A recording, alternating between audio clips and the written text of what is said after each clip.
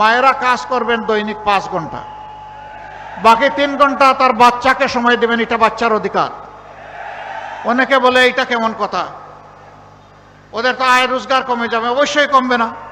বাকি 3 ঘন্টার স্যালারি দিবে সরকার, সমাজসেবা অধিদপ্তর। এটা সরকারের নৈতিক দায়িত্ব, দিতে হবে। একটা সুস্থ মা, একটা সুস্থ শিশু, আগামী দিনের সুস্থ সমাজ। এই সুযোগ, এই সম্মান তাদেরকে দিতে হবে। অনেক মা 8 ঘন্টা ঘরের বাইরে অবুঝ বাচ্চা রেখে থাকতে পারবেন না, এই জন্য চাকরি ছেড়ে দেন। আমরা চাই মায়েরা চাকরিতেও থাকবেন, আবার বুকের সন্তানকেও জড়াইয়া ধরবেন।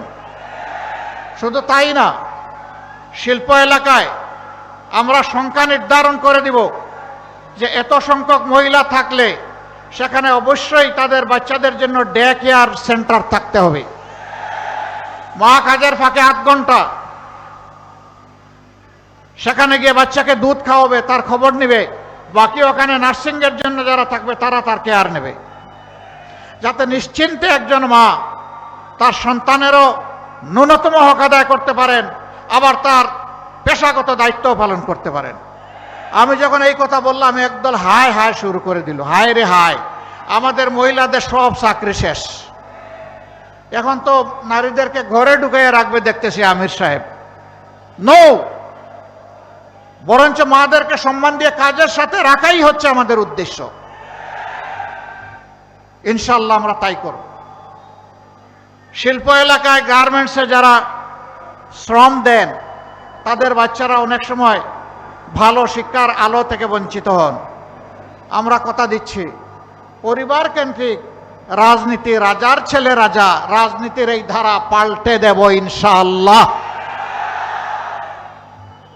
একজন শ্রমিক ভাই কিংবা বোনের সন্তান, সেও যদি মেধাবী হয়, তার মেধা বিকাশের দায়িত্ব নিবে সরকার, দায়িত্ব নিবে রাষ্ট্র।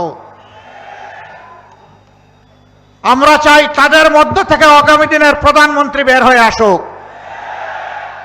আমরা সেই রাজনীতির ধারা চালু করতে চাই। তখন ওই সন্তানটা গরিব দুঃখের প্রতি কিভাবে দরদ দিতে হয়, আমার চেয়ে সে ভালো বুঝবে। জুলাই আন্দোলন করেছে আমাদের সন্তানেরা, শ্রমিকেরা, কৃষকেরা, মজুরেরা, ব্যবসায়ীরা, মায়েরা, বোনেরা, আমাদের মেয়েরা, ছেলেরা, সবাই আন্দোলন করেছে। একটাই দাবি, উই ওয়ান্ট জাস্টিস।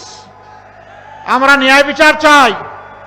সমাজে যখন ন্যায় বিচার প্রতিষ্ঠিত হবে, প্রত্যেকটি মানুষ, প্রত্যেকটি এলাকা তার অধিকার পেয়ে যাবে।